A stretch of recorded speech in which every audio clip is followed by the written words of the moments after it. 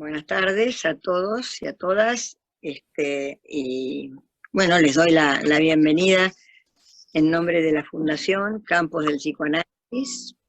Esta es para nosotros una reunión absolutamente singular. Ahora se van a ir dando cuenta por qué.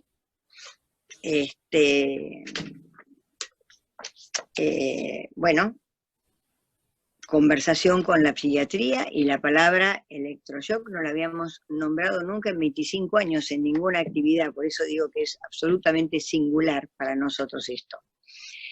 Por supuesto que la fundación en sí misma y cada uno de nosotros como practicantes del psicoanálisis,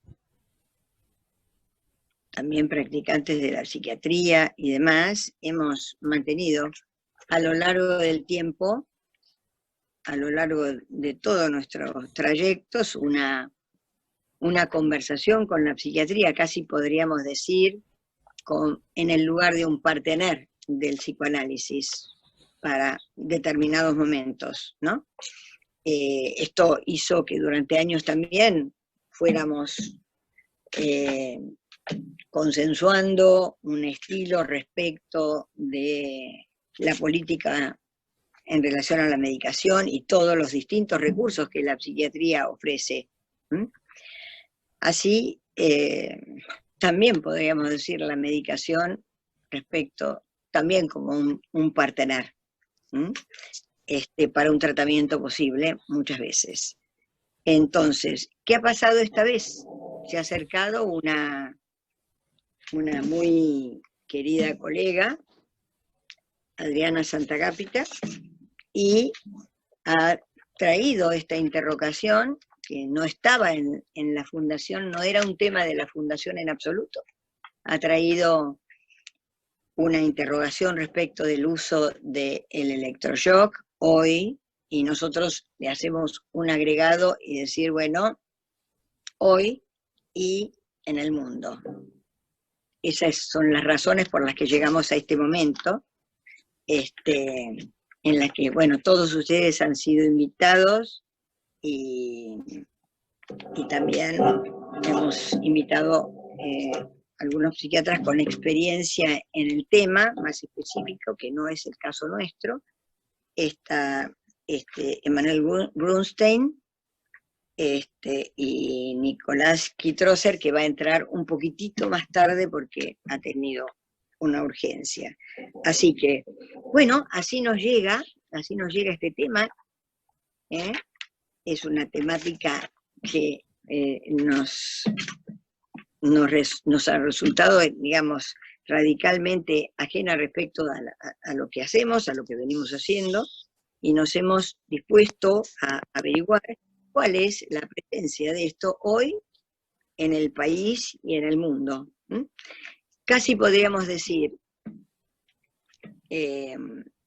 tomar de Carl Schmitt, que no es psicoanalista, que no es psiquiatra, y que dice, bueno, se trata de dirigirnos a la realidad efectiva. Y bueno, estamos dirigiéndonos a una realidad efectiva.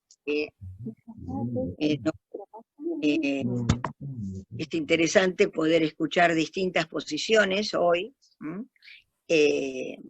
respecto de esto, ¿no? Desde el psicoanálisis podríamos decir, es un campo radicalmente ajeno, y podemos preguntarnos, bueno, ¿por qué tan radicalmente ajeno?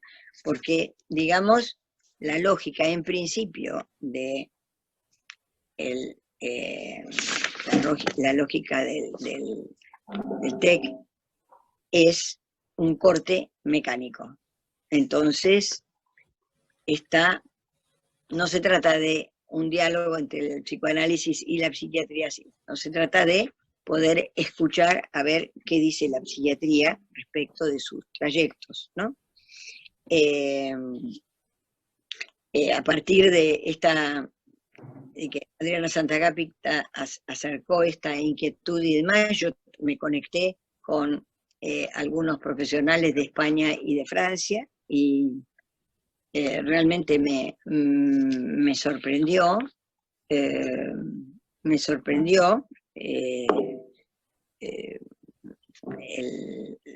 las cosas que escuché, también va a ser interesante tener un panorama general. Esto de España y Francia después lo tomo, ¿no?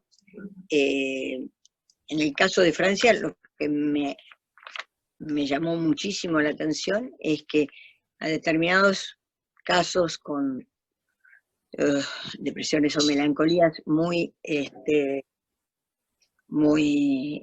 graves, la obra social ponía el electroshock como condición para seguir la cobertura. Esto me pareció, no lo leí, me lo dijo por teléfono un colega de otro país, ¿no? De Francia en este caso.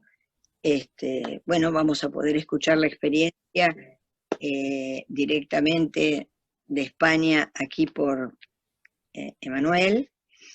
En Francia está también, me han dicho, como un uso específicamente terapéutico y un uso en casos que ellos llaman casos sociales, es decir, aquellas personas sin ningún recurso personal, no estoy hablando del económico, sin ningún recurso personal además del económico, y casi en manos de la detección de trabajadores sociales.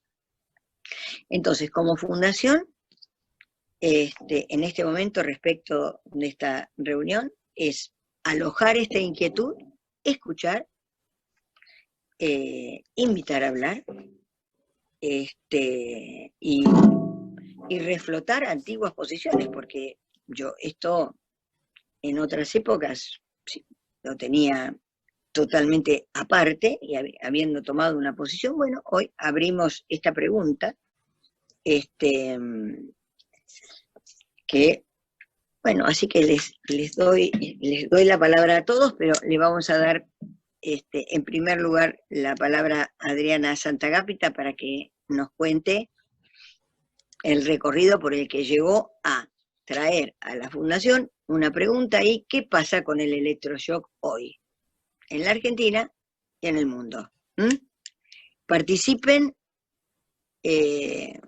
no necesitamos esperar que termine, puede leer o hablar lo que tiene pensado, pero podemos intervenir en cualquier momento. Mientras no intervenimos, sí apaguen los micrófonos, por favor, para que no haya ruiditos. Bueno, nuevamente muchas gracias a todos por estar acá y vamos a hacer un camino. Vamos a ver. Adriana. Bueno, hola a todos. Qué bueno poder pensar juntos sobre algo que me inquietó y que se hizo lugar, en campos, y que bueno, que hay resonancias y que hay otros que también decidieron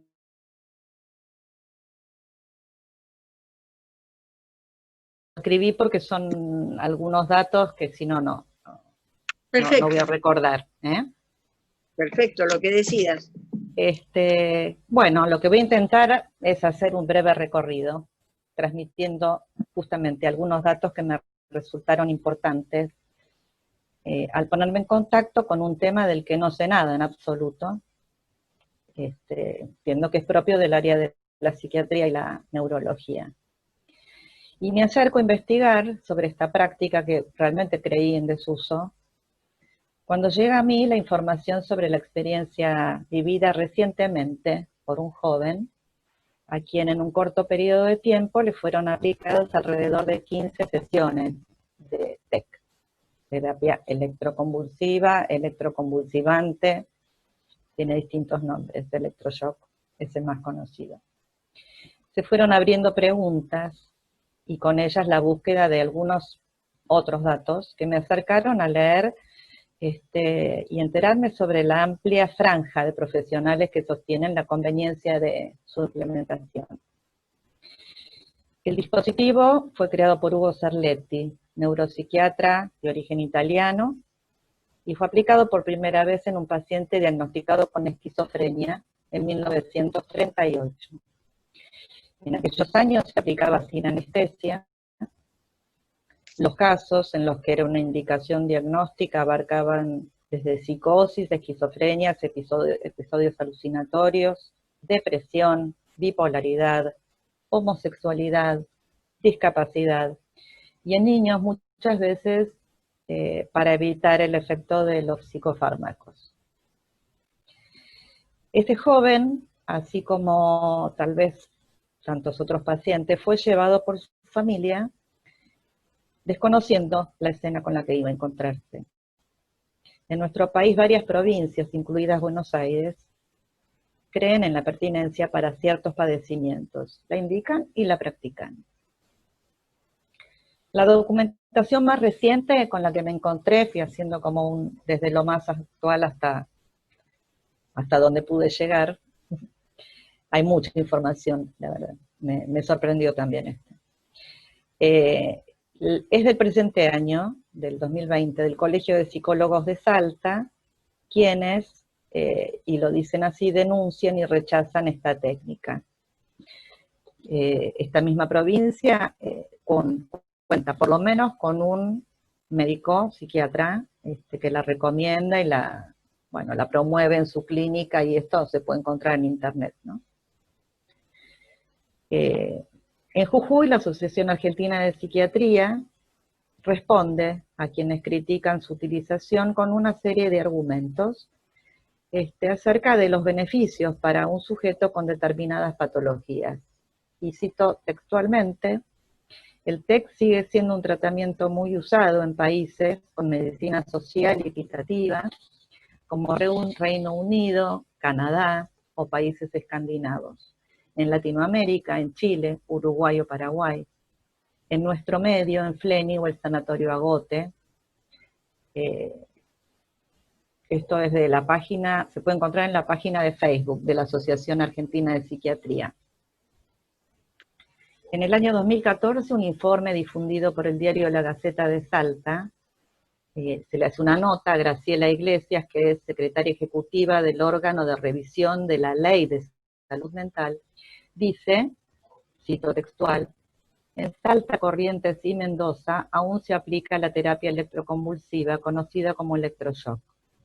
Y los informes advierten además sobre niños compartiendo espacios de internación con adultos en condiciones y tratamientos que atentan, sostiene Iglesias, contra los derechos humanos. El informe está basado en 86 monitoreos en 30 instituciones públicas y privadas de salud mental realizadas en el primer semestre del 2014. Este trabajo estuvo a cargo del personal de los Ministerios de Salud y Público de la Defensa y del Centro de Estudios Legales y Sociales. Al seguir indagando me voy enterando de la cantidad de países: la Clínica Mayo en Estados Unidos, España con reglamentaciones del año en curso, Francia, etcétera, donde aún el electroshock es un método frecuente.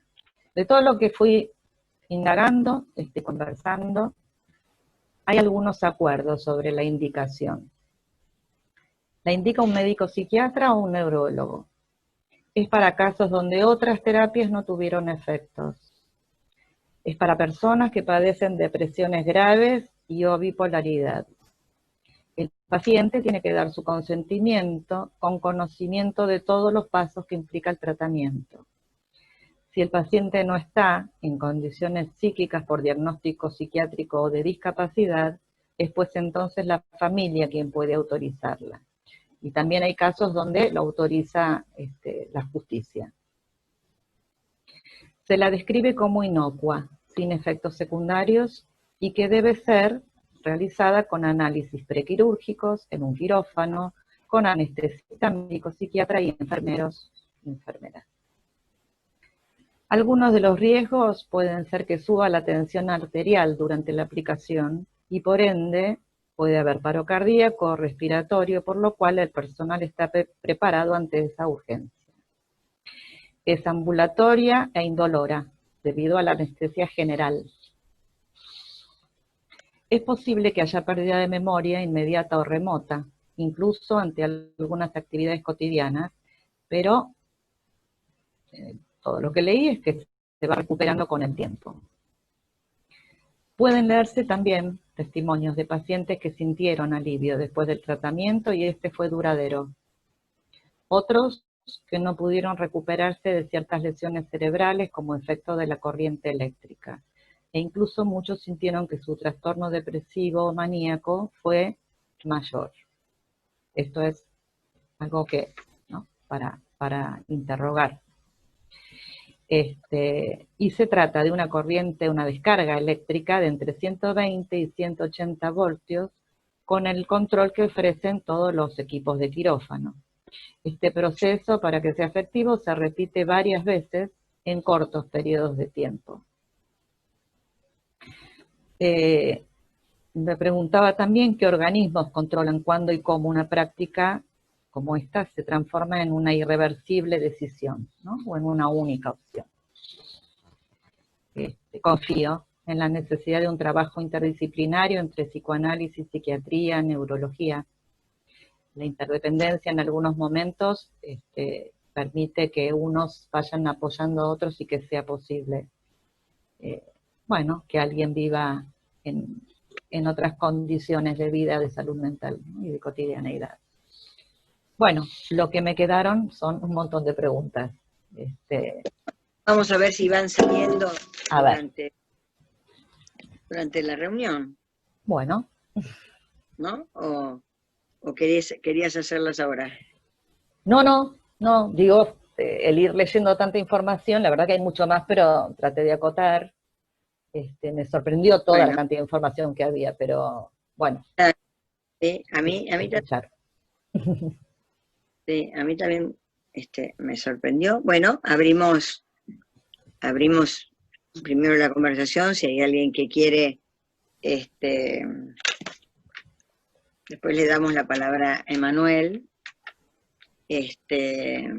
Bueno, si alguien quiere comentar algo de arranque. No se escucha, Carmen.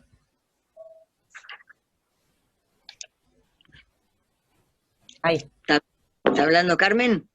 Sí, ahora. ¿Me escuchan? Sí.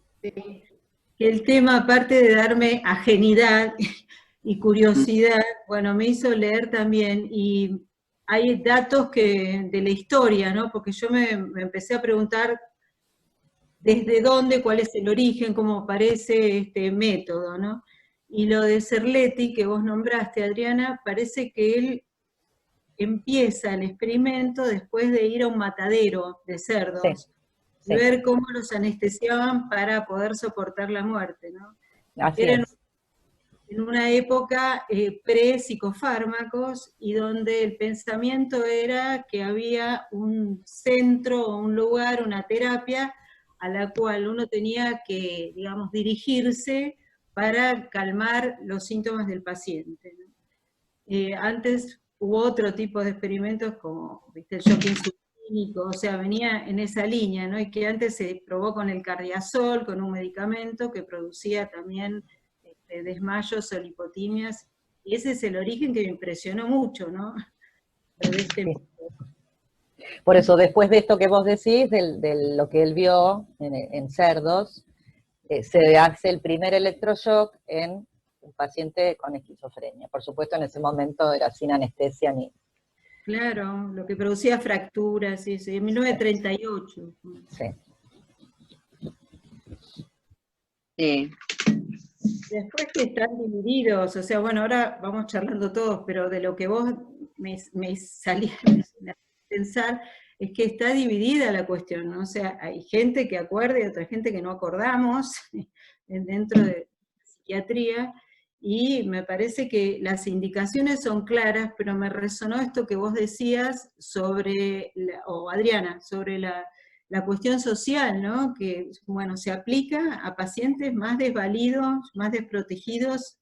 No sé, por ahí los que tienen experiencia podrán certificarlo, en los asilos, o los enfermos crónicos, leí que en Estados Unidos hay mucho de el paciente geriátrico, el que no responde a ningún tratamiento psicofarmacológico, bueno, como última instancia, ¿no? Depresiones resistentes o manías así, incontrolable. Eso por ahora. Sí, yo quería agregar en este caso, hola Carmen y hola Adrián, que Hola. hace mucho no las veo, que las indicaciones, según lo que yo entiendo y aprendí, leí, son muy precisas. Una catatonía, que si no sale de la catatonía se muere.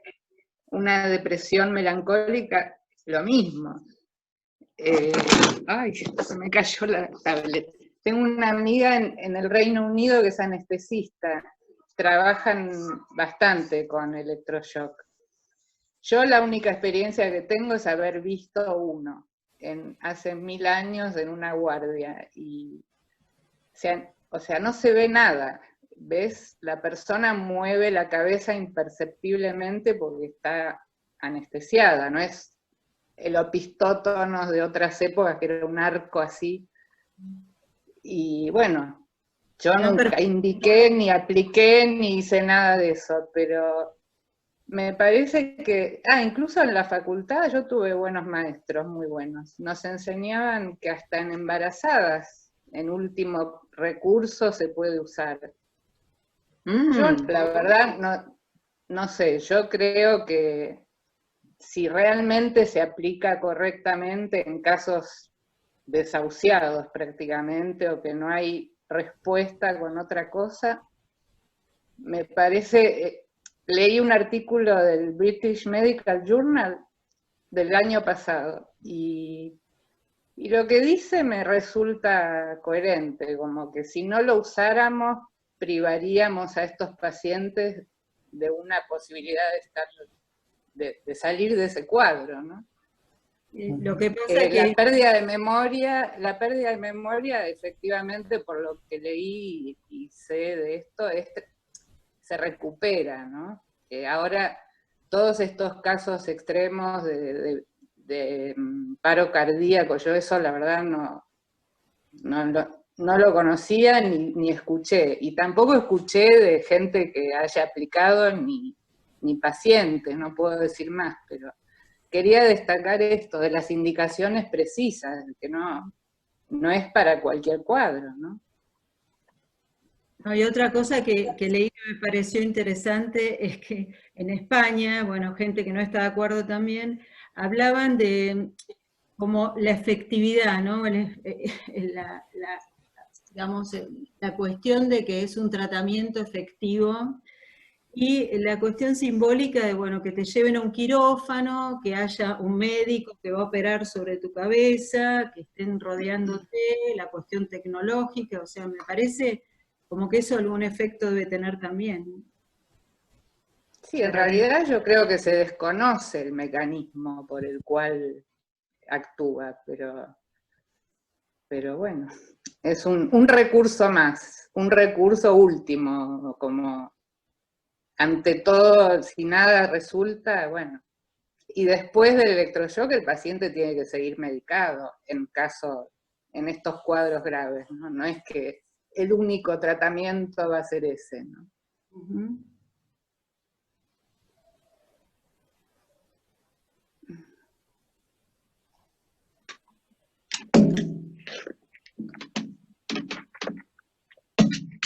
Bueno, lo invitamos a hablar a Emanuel Brunstein. Hola, Emanuel. Hola, ¿cómo están? Ante todo, buenas tardes. Sí, bueno, muy interesante el resumen que hizo Adriana. Lo que sí, hay muchas cosas, quizás yo tuve la experiencia de poder rotar por España, donde fui a un hospital de Valencia, donde se practicaba la terapia electroconvulsiva. Más o menos se hacían por mañana, en 1 millón de habitantes, se hacía aproximadamente entre 5 y 7 pacientes por mañana, o sea que tenían un número bastante considerable de pacientes con ese tratamiento.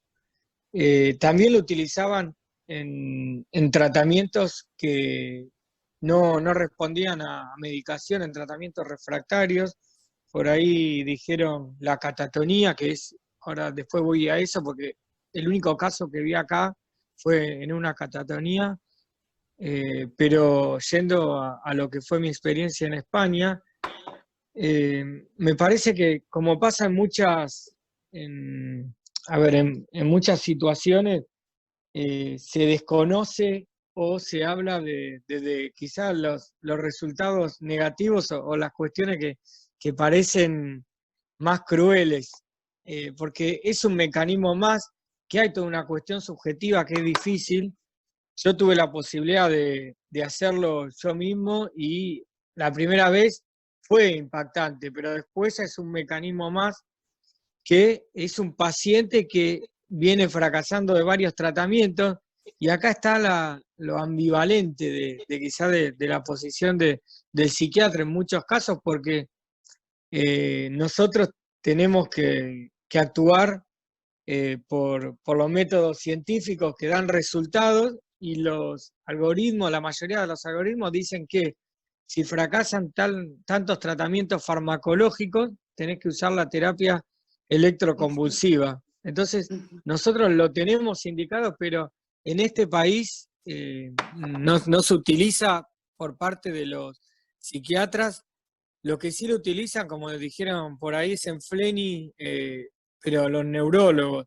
Quizá le hacen la derivación de psiquiatría a neurología porque ellos quizá desde lo legal no tienen tantos impedimentos como tenemos acá, que hay que mandar una carta al órgano de revisión, el órgano de revisión te lo tiene que aprobar, y muchas veces eso lleva un tiempo que en casos que son muy puntuales, como una catatonía con negativismo a la ingesta, no tenés tanto tiempo. Entonces, ahí es muy complicado. Pero yendo a lo que es... ¿Cuál es la frecuencia de la catatonía? No, la frecuencia de la catatonía en realidad es una patología que no es muy frecuente, pero por eso, pero puede, a ver, a mí me tocó ver un caso que hubo que utilizar terapia electroconvulsiva y se tardó demasiado, y el paciente, mejoró, pero tuvo efectos secundarios que por la propia patología que no eran deseados, que si se hubiese actuado antes podría tener mejor resultado. Pero yendo a lo que fue mi experiencia en España, que también fue una experiencia que a mí solo que veía, sobre todo en el resultado, porque se dice que el mecanismo es un mecanismo que no se conoce, pero lo que pasa llevándolo al terreno bioquímico es que se despolarizan los receptores. Para llevarlo un poco al llano, ¿qué quiere decir esto? Que cuando uno actúa con fármacos, lo que pasa es que actúa sobre receptores. Muchas veces a los pacientes le damos tantos fármacos porque, a ver, yo tengo algunos años de experiencia, pero veo que hay médicos que utilizan en pacientes 9 fármacos, 4 tomas por día, que es algo que, a ver, si vos lo tomás en riesgo-beneficio, que un paciente esté tomando casi 30 fármacos por día, llevarlo a un terreno así, yo ahí en esos casos también lo evaluaría. Pero yendo a lo que estaba contando, despolariza los receptores, entonces cuando el paciente reinicia su tratamiento farmacológico es más efectivo.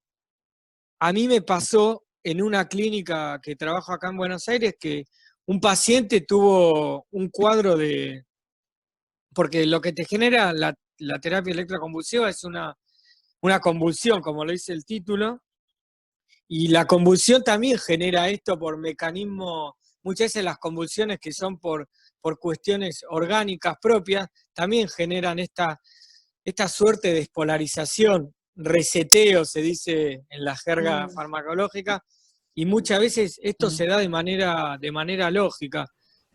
También pasa en algunos casos de algunas epilepsias, que mismo los pacientes se cuentan que cuando tienen el grado de epilepsia, pacientes epilépticos con patología mental, cuando tienen estas epilepsias, después mejoran su tratamiento farmacológico, porque lo que hace en sí la terapia electroconvulsiva es eso. Lo que sí es que este país, esto es algo muy personal, es muy difícil que se utilice porque como lo dicen como se dice, como se puede leer y como pasó, se utilizó como método de tortura. Entonces, a ver, en lo subjetivo y queda también en la gente cuando se somete a esa práctica, lo relaciona directamente. Entonces, en este país es muy complicado y en España también era complicado, pero había como había buenos resultados, como se hacía muy cuidado, porque como dijeron ahí, tiene que haber un anestesista. En España el anestesista también tiene que ser especialista en terapia intensiva. Entonces, si hay algún Claro. cuadro de descompensación, está el emergentólogo, que es él. Hay un psiquiatra y enfermeros, y lo que se genera es una convulsión que ves cómo el cuerpo empieza a tener ciertas contracciones, el paciente tiene la convulsión, que esa convulsión se genera también de manera automática porque son máquinas que ya no son como en las películas que te ponían el cable pelado y te generaban esa corriente eléctrica. Se pone un voltaje y en realidad pues escuché que se hace varias veces, pero en realidad ya está todo calculado, se hace un cálculo por el peso del paciente, por la cantidad de terapias electroconvulsivas que tuvieron, porque también escuché que estaba muy bien el dato, que se hacen de 12 a 15, se hacen 3 por semana durante 4 o 5 semanas, dependiendo del caso. Y también otra cosa, que no se hace una vez sola y te recuperas para siempre. Quizás lo tengas que hacer una vez por año, una vez cada 4 años, o capaz una vez sola y te va bien, pero bueno, eso no tiene algo no es algo fijo que vos digas lo hago una vez y ya voy a mejorar. Después que también es muy caro que también muchos psiquiatras escucharon en congresos que las obras sociales tampoco les convienen porque el año pasado yo escuché que decían la cifra de cada una salía alrededor de 100.000 pesos. Así que imagínense un tratamiento que puede llegar a costar 1.000.000 de pesos. Entonces no sé si habrá alguna obra social que lo pueda costear. Y otra cosa y después quería contar una anécdota que me pasó allá en España, que para mí yo estuve 6 meses rotando en el Hospital La Fe, y para mí fue como la conclusión de la rotación.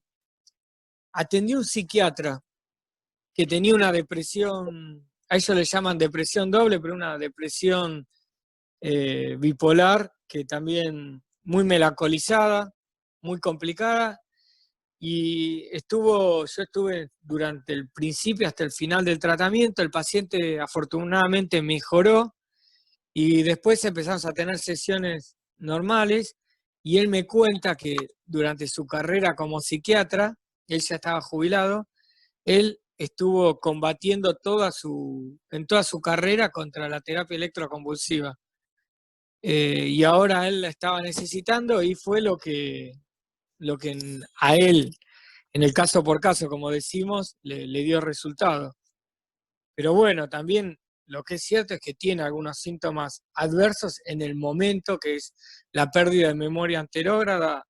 Yo cuando decía que es un proceso cuidado es porque después te llevan a una sala sería de terapia, una de terapia intermedia, porque el paciente tiene que estar bajo observación constante, y más o menos a las 2 horas lo vas a ver, y algunos pierden memoria anterógrada, quiere decir lo que hicieron los últimos días, pero la van recuperando con el correr del tiempo. Claro. Pero bueno, el tema es que no es agradable a la vista, y si quieren ver, porque hay una serie que yo vi que se llama Homeland. Sí, sí, La segunda temporada, si van directamente a Netflix, creo que la segunda o la tercera, pero es el último capítulo, no está más. Bueno, porque era el último capítulo que le hacían una terapia electroconvulsiva y la mostraban tal cual es. Lo que hay que tener mucho cuidado, porque hay muchas cosas que en Estados Unidos se dieron, es que el paciente al contraer tanto muchas veces muerde muy fuerte, y si no tiene protección puede perder dientes, o puede tener, por eso también es que se toman todos los cuidados posibles y no se puede improvisar, porque ahí sí puede tener efectos secundarios graves, pero depende más del profesional que lo está tratando y los cuidados que tenga. En mi caso, como resultado me pareció como ojo, no quiere decir que lo utilizaría en todos los casos, pero para casos refractarios en el cual la medicación no está haciendo efecto, porque como saben, la medicación también tiene muchísimos efectos adversos y muchas veces complicamos demasiado al paciente y uno como no toma los fármacos, a veces no toma dimensión del daño que se le está haciendo a un paciente. Entonces, para casos especiales y refractarios, me parecería bien que se utilice, pero no para todos los casos y siempre que se garanticen los cuidados. Esto no es como... Siendo en Jujuy, en Salta, asiduamente, en Corrientes, en nuestro país, en Chile, en México, en Uruguay, en Colombia. Hay videos en YouTube incluso donde uno puede ver la práctica muy cuidada, todo el procedimiento completo. Pero ¿quién sería lo controla que sea pertinente, que sea cuidado? ¿Sabes? En teoría, por lo que estuvieron diciendo, tendría que ser el órgano de revisión. El tema es que ahí hay una cuestión ambivalente porque no está. A ver, si una práctica la tenés que permitir, te la tienen que autorizar, no está del todo autorizado. Entonces, si no está del todo autorizado, tampoco está del todo regulado. En ese caso, yo he escuchado también a otros psiquiatras que cuando la hacen, lo pueden después, en caso de tener algún inconveniente, lo justifican porque los algoritmos de psiquiatría lo indican en caso que no funcionen los tratamientos, pero en sí lo tendrá que regular el órgano de revisión, que hay que ver si lo regula, porque lamentablemente lo que suele pasar en lo que yo noto que pasa en este país es que donde son los centros donde hay más gente, está todo más controlado, pero te vas un poco de la capital, de la provincia y ya deja de ser controlado, y la verdad que se escucha por lo bajo que se hacen en otros lugares. Es más, cuando yo fui al Castex, hacer una rotación en una guardia que se hiciera una persona con catatonía, lo autorizaron por privado mediante un amparo. Yo tengo varias preguntas que las conteste cualquiera, no necesariamente vos, Emanuel, ¿no? Quien quiera, quien pueda, digamos. Yo me pregunto por cuáles son los estudios de los efectos del después. La pregunta por el deterioro neuronal. Yo hace muchísimos años había dejado esto radicalmente aparte de indialogable, la cuestión de la mano, entre otras cosas, además de lo específico técnico, la cuestión del deterioro neuronal, por un lado. Pero yo pienso que además, en la Argentina,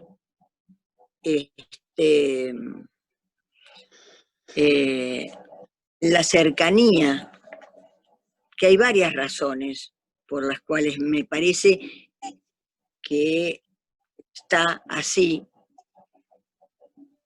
diríamos que con una dimensión contenida, habría que ver si está contenido o no, pero la cercanía con los métodos de tortura es algo que es intramitable acá, ¿no? Pero también me parece que además del costo que se mencionó como otra cuestión, me parece que también la potencia de la práctica de los distintos psicoanálisis en Argentina, que son muy variados, son prácticas muy diversas, pero en esto ha habido mucho consenso. Entonces, me parece que eso también ha mantenido, porque por lo que he escuchado en los últimos días, en las conversaciones con colegas de otros países, las dimensiones y el a cielo abierto es completamente distinto. Entonces, me parece que también hay que ponerle una carta a, este es uno de los países con más tratamientos psicoanalíticos, más psicoanalistas, más pacientes, más libros de psicoanálisis y demás. Y en esto, con todas las diferencias de las distintas orientaciones, en esto ha habido un acuerdo enorme con el no, ¿no?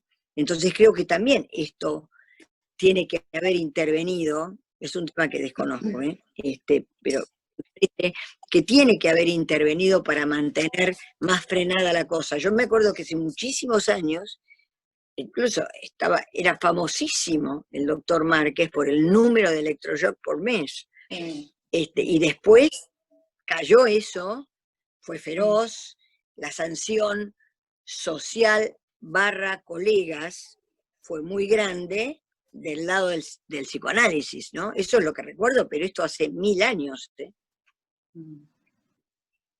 Hoy este hombre tendría, no sé, 100 y algo de años.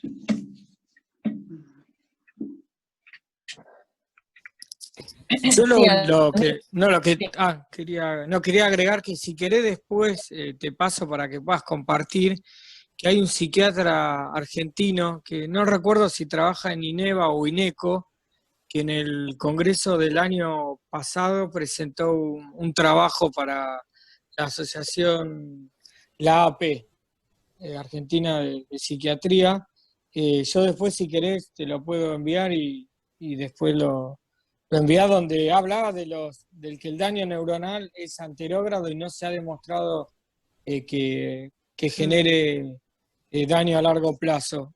Así que estuvo en el congreso anterior. Yo después te lo envío para que puedan ver los resultados, por lo menos del trabajo que hizo él a nivel nacional. Emanuel, ¿quién es el psiquiatra?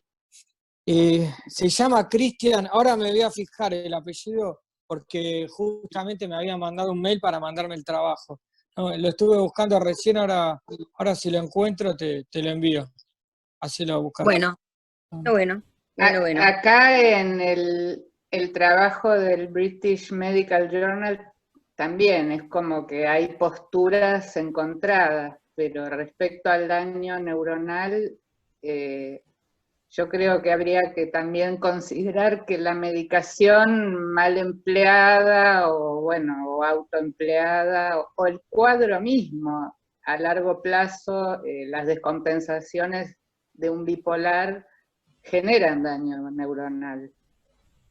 Y mi idea personal sería que haya más difusión de lo que es el método, de cómo hay que indicarlo muy precisamente y en condiciones muy especiales, y nada más, no hacer un abuso, por supuesto, ¿no? Pero bueno, es controversial y creo que falta información al respecto para difundirla y no demonizar la práctica, ver realmente en qué casos salva vidas, ¿no? Eso. Sí, yo lo que pensaba cuando los escuchaba, yo me entero de este caso cercano y me preguntaba cuáles habían sido las terapias anteriores que no habían funcionado, ¿no? Si se refieren a terapias con psicofármacos y entonces el electroshock como una alternativa, o si hubo distintos recorridos por opciones, por distintas miradas, ¿no? Del paciente, del sujeto. Y entonces ahí después, como último recurso, aparece la terapia electroconvulsiva con todo lo que conlleva, digamos, el entrar en un quirófano, todo esto que decimos, ¿no? Que si hay riesgo de vida, la balanza, se equilibraría en estos casos con todo esto que venían explicando en relación a los cuidados y a la evaluación realmente de la calidad de vida. Pero así como yo me enteré de casualidad de esto y empiezo a averiguar, seguí escuchando cómo está generalizado y no es solamente para los casos de riesgo de vida. Entonces, en esto, por ahí lo mezcle, ¿no? Pero serían como dos preguntas. ¿Es solamente para riesgo de vida, en el caso de una catatonia, una melancolía severa? ¿O es para bipolaridad en general? ¿Y cuáles serían los tratamientos que no dieron resultado antes, como para llegar a considerar el electroshock? ¿Tienen idea? Le pregunto sobre todo a los psiquiatras. Supongo que hay protocolos, no sé exactamente, pero no se usa en bipolaridad a secas, digamos, se usa en una melancolía grave o en una manía irreductible con fármacos. O sea, no hay que generalizar, ¿no? Bueno, no te escuchamos, la Carmen, frase... pon el micrófono. No quiero hacer Ay, ruido. sí. A ver, Carmen. No, que me parece interesante, más allá de cuándo esté indicado, una cuestión personal, ¿no? Por ahí esto que dijiste vos, Adriana, la historia, quizá por mi formación, por la época en que empecé a ejercer, la impronta que tiene la Argentina la psiquiatría y el psicoanálisis, y que esto nos haga pensar entre todos cómo pensamos el paciente, ¿no? Que me parece lo más rico, porque saber las indicaciones, la metodología, los efectos adversos, me parece, no sé, como acotado, ¿no? Por ahí si pudiéramos hablar un poco más, ¿por qué salió ahora este tema, más allá del caso de ella, qué interés suscita? Porque es muy poco frecuente, por lo menos con los colegas que hablé en mi práctica, y jefe de servicio, no sé, no es algo que se lo tenga como presente, ¿no? Quizás en el Borda o en algunos lugares asilares, pero pensar por qué esto no fue frecuente en la Argentina, qué historia tiene la psiquiatría en la Argentina, qué cuestión hay con la antipsiquiatría, la psiquiatría dinámica, o sea, fueron distintos momentos de los psiquiatras en el país, ¿no? Yo pensaba, ¿por qué ahora? Sí. Claro, yo además quería agregar que con la frase riesgo de vida, hay que ser muy cuidadoso. El riesgo de vida no está ajena a la práctica. Entonces, ojo con la palabrita, riesgo de vida autoriza a esto, me parece, muchas veces se encuentra el riesgo de vida y se atraviesa en un tratamiento, en un trabajo, pasando por momentos realmente de alto compromiso. Es una frase complicada el riesgo de vida.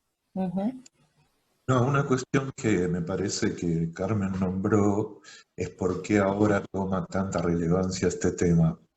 Yo creo que desde nuestra época, creo que tenemos más o menos los mismos años de práctica, las residencias de psiquiatría antes eran mucho más mixtas respecto a las residencias de psicología, y había muchos más psiquiatras dedicados al psicoanálisis también. Ahora prácticamente desde fines de los años 80, principios de los 90, la formación en los hospitales de las residencias ha tomado una pregnancia psicofarmacológica y biologicista mucho más fuerte que lo que era en nuestra época. De hecho, prácticamente, bueno, Emanuel hizo la residencia no hace tanto, pero hoy en día son pocas las actividades compartidas entre la residencia de psicología y la residencia de los psiquiatras, ¿no? Y tienen poco interés los psiquiatras realmente en el psicoanálisis. Es muy raro ver hoy en día que un psiquiatra que se forme en un hospital se dedique al psicoanálisis. En todo caso se dedicará más a terapias neurocognitivas que tienen otra función respecto a todas las intervenciones, ¿no? Y es verdad que, como decía antes Laura, no es que los psicofármacos son inocuos, también lo dijo Emanuel, producen a veces cosas, uno no lo toma, pero producen cuestiones desde síndromes metabólicos, producen cuestiones neurológicas. Yo tengo un solo ejemplo donde se cruza el psicoanálisis con el electroshock, muy gracioso, que es que cuando yo hacía guardia en el Piñero, que tenía sala de mujeres y de hombres, me llaman desde la sala de que hay una paciente que está muy inquieta, muy nerviosa, excitada. Entonces, cuando yo termino de atender en la guardia, voy a la sala, y cuando llego a la sala la paciente estaba remansa, contenta, tomando mate. Entonces le digo, ¿qué pasó? ¿Por qué se sentía mal? ¿No? Esto y lo otro. Y me dice, lo que pasó es que me hicieron electroshock. ¿Cómo? Sí, Juancito me llevó al baño y me electroshoqueó. Entonces, digo, esa fue la experiencia donde se cruzó el electroshock y fue muy eficaz. Genial. Mira, genial poder cruzar en esta reunión el humor frente a algo que porta un dramatismo importante, ¿no? Me parece muy importante esta observación, esto que trajo Norberto respecto de el panorama del campo de la salud mental fue cambiando. Entonces, hacia una potencia mayor de lo psiquiátrico, ¿no? Respecto al lugar absolutamente privilegiado que tuvo durante muchísimas décadas el psicoanálisis. Yo recuerdo centros de salud y hospitales y los equipos en los hospitales donde el porcentaje de psicoanalistas y de psiquiatras era absolutamente llamativo. Que me parece interesante agregar, entender cómo, en qué momento estamos acá y qué cosas intervinieron. Eso lo agrego a la lista de las razones de el cómo actual, cómo se fue produciendo, ¿no?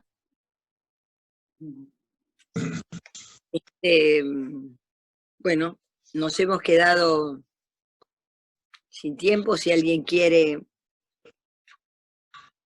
agregar algo más. Muy interesante todas las intervenciones. Gracias, Adriana Santagapita, por traer algo en el que quedamos todos sorprendidos. Además, nos llamó la atención cuando se realice el flyer para anunciar los singulares llamados que hemos recibido respecto del tema. Así que, bueno, esto pudo ser una conversación, una entrada del tema, y yo vuelvo a mencionar a Carl Schmitt, que es, ¿no?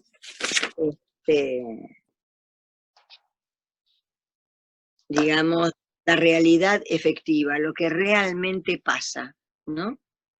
Poder acercarnos a lo que realmente pasa y darle visibilidad a un tema que funciona ocultado, no tan sobre la mesa, digamos, ¿no? Por muy distintas razones. La falta de ordenación y de muchas otras, y creo que también por el mayoritario rechazo que ha tenido a lo largo de muchísimas décadas en la Argentina.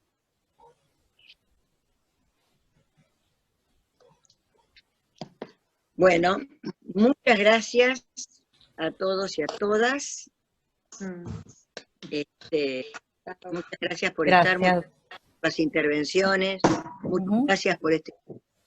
Muchas gracias, ha sido una conversación entre el psicoanálisis y la psiquiatría, por medio nuestro. Bueno, muchas gracias por la invitación. Gracias. Gracias. Chao. Gracias. Gracias. Chao.